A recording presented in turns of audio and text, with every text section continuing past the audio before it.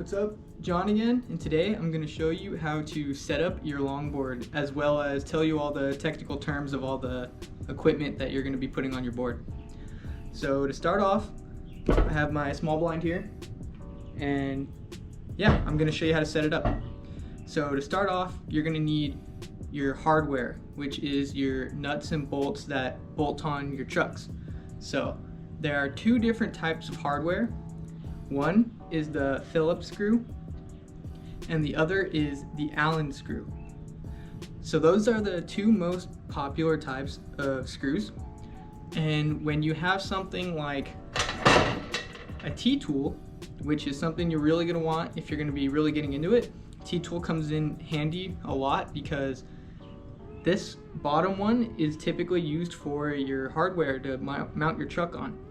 So yeah, and then the bigger one goes for your kingpin, which I'll get into later, and the medium one is for your axle, which is the nut for your wheel.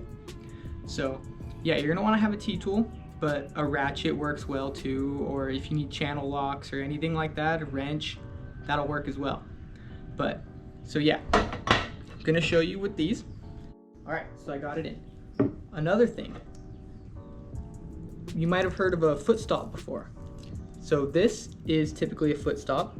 It is the most basic one and the easiest to come by. You just get an old bushing, a washer, and a longer bolt. And yeah, you just put it on where you want to put your foot. So for this board, I'm gonna put it in this corner. So just gonna take it off. And I'm just gonna throw it in right there. And you just mount it on like your normal bolt. So there's aftermarket ones, but just so you know what a foot stop is if you hear anybody talking about it. Next thing is risers. So there are different types of risers. There is something like an angled riser. This alters the way your board rides, the way your truck sits at, your base plate. So this one in particular is a 5-degree wedge riser. So say you have a 50-degree truck, I can wedge rise it up to 55 or turn it around and de-wedge it to 45, which I'm gonna be doing on this setup. There's another one like 1/4 inch, and this is used to just raise your board, helps with wheel bite. 1/8 inch soft riser, see it bends and all that, also just lifts up your board. So, gonna grab my angle riser. I want to de-wedge it, so I want the thicker part up front.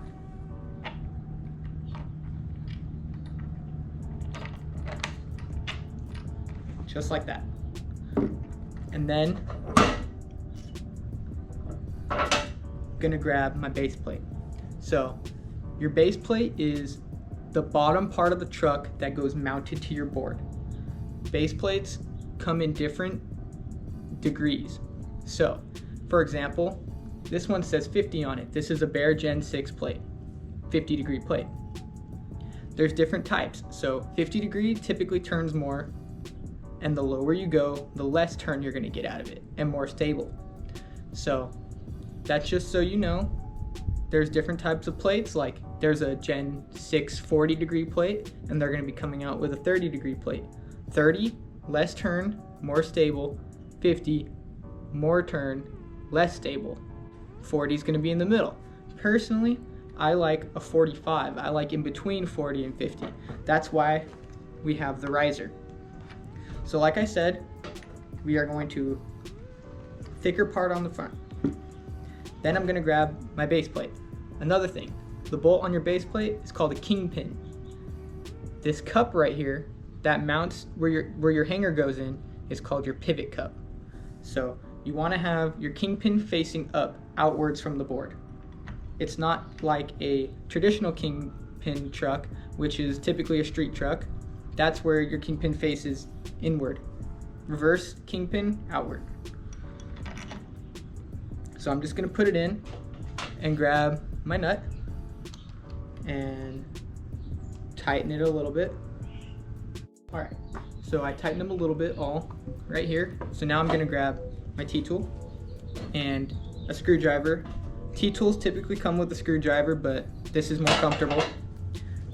So I'm going to put the smaller one on the hardware, and then since I have an Allen key one, grab the Allen key head from the T-tool, and I'm just going to tighten it until I can't really tighten it anymore.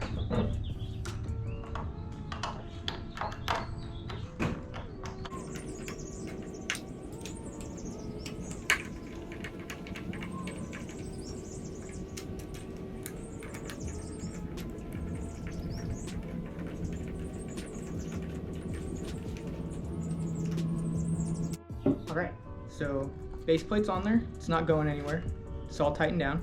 So then you're gonna grab something, you can grab something like this, which is a bushing truck washer. Personally, I don't ride one on the board side, so this is my board side bushing. Board side bushing means it's the bushing closest to the board. So typically with the bushing setup, you want to go harder board side, softer road side. You don't want to have a softer bushing on your board side, it's going to make your truck turn odd. So board side bushing, this one's a plug, which you need for caliber 2s and Gen 6 Grizzlies. So I put that in there, grab my hanger. This is my truck hanger. I'm gonna pop it into the pivot cup and make it sit flush. Then I'm gonna grab my roadside bushing. This is the one that goes closer to the road. Put it in there, and then I'm gonna grab my, this is called a cupped washer because it cups the bushing. Cup washer over there, and then your bolt, your nut. You're gonna get it a little tight, and then gonna grab the biggest part of your T-tool and tighten your trucks.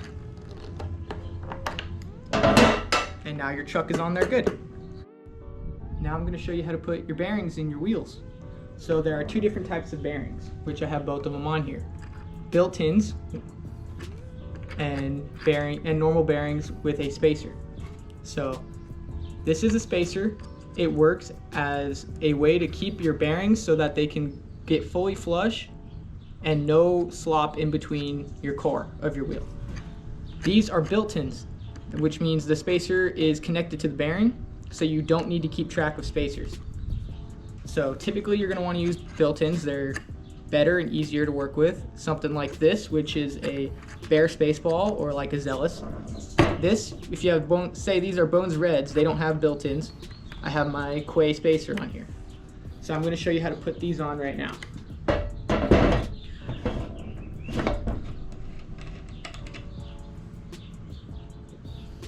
So I take this off, built-ins both facing upward. I'm gonna grab my wheel and push it straight down. Popped it in, other side, popped it in. And now that's how you put your bearings in. So let me show you how to take them off. So you take it off, you barely put it inside of your bearing, don't let it go too far in, and you're just gonna pop. Turn it around, pop. And here I'll show you with the other side, which is normal bearings. Same thing, pop, pop. See, built-in, there's no more bearings on there, the spacer's in here. I'm gonna be riding the built-in, so I'm gonna take these ones off again, so gonna do the pop,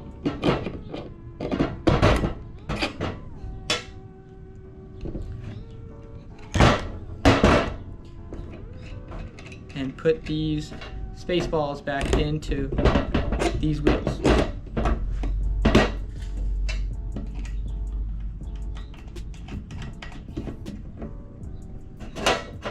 You're gonna grab the medium one to tighten it.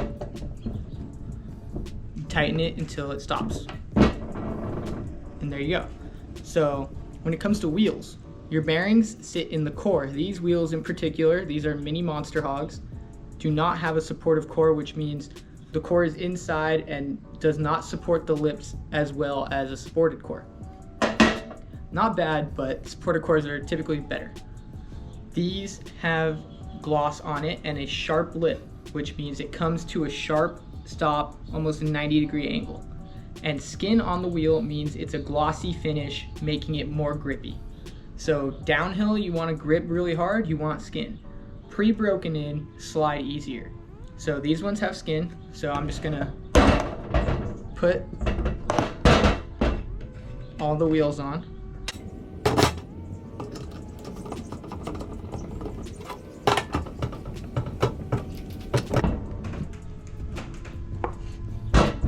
So a good tip, which I learned from working at land yachts in the warehouse, to change your wheels faster, you're going to want to take both the nuts off of your axles on one side, and you're just going to put both your wheels down.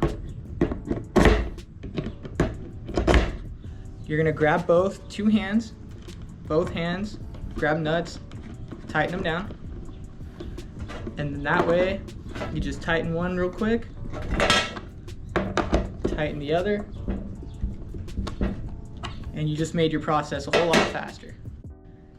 Deck and concave. So first things first when it comes to a deck is length. So this board right here is about 29 inches long. So that's tail to nose, 29 inches. And then your width is how wide it is, obviously. So this board at its widest is about 9 inches. So about here, skinniest 8.25. So from here it's about 8.25. So typically you're gonna want to do, if you're just learning how to stand up and all that, sliding wise, you're gonna want like a 9.5 inch board is a common one, or 10 inch. And yeah, you just play around with it. You're just using a cruiser board. You're usually gonna have a 10 inch board, so 10 inch wide board. So, and the length of of cruiser boards are typically longer, give you more foot placement. Downhill boards, especially the race boards, are gonna be a lot smaller. Concave of your board is the mold your board is in. So this board has some W concave. W concave means the board rises in the middle and on the edges, and it sinks down a little bit between the hump in the middle, creating a W.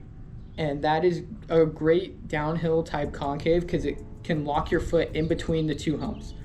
So when you hear a board has W, just know that means the board is making a W. It's not a flat board, it's Wing. There's also a concave called a wheel flare. That is where the wheel wells are, which this is the wheel well, where you're underneath your wheels so that you don't get wheel bite, or to try not to get wheel bite. A wheel flare makes your board rise up so that it creates more of a pocket on the top, and it also helps with wheel clearance. Like the El Peligro has very big wheel flares. Micro drops. This board doesn't have micro drops either, but a micro drop, you're gonna feel a drop typically in the front where you could feel a big bump and your board kind of dips inward. That helps with locking your foot in. It's kind of its own little foot stop. And there's many different types of concaves out there. Those are just like the main types of concaves. Wheelbases. Wheelbases is how far apart your trucks are from each other. So this board, I have it at a 22-ish wheelbase because I re-drilled my small blind. So that means it's 22 inches from the base plate to base plate. So yeah, that's what a wheelbase means. Last thing on a board is your grip tape. So right here I have some clear grip with my little Goku in the middle because I wanted some flair on my board. And right now I have traditional grip tape. This is what you're gonna find for like a normal skateboard. There's also something called coarse grip, which makes it a lot grippier of grip tape. And most longboarders use that. I don't use it that often. I don't like my feet sticking to the board that much because I don't really need it to. I don't go that fast. But a lot of people like it, so that might be what you want to invest in to keep your feet glued to the board. But personally, I just use this, no biggie. So yeah, that's grip tape. That about wraps it up on this setup video. I hope you guys liked it. I hope it helped. And leave in the comments if I missed something and you want to know something. This channel's growing pretty fast now, so make sure you like and subscribe. Let's get these videos out there. Share it to your friends. I know a few of you are going to enjoy knowing what everything's called on your board and how to set up your board. So go ahead and share it with your friends, and hope you guys liked it. You can watch the rest of the videos on the channel where we talk about other Lanyards boards and stuff. And yeah, go ahead and go out and skate, grab a new board, set it up, and see you next time.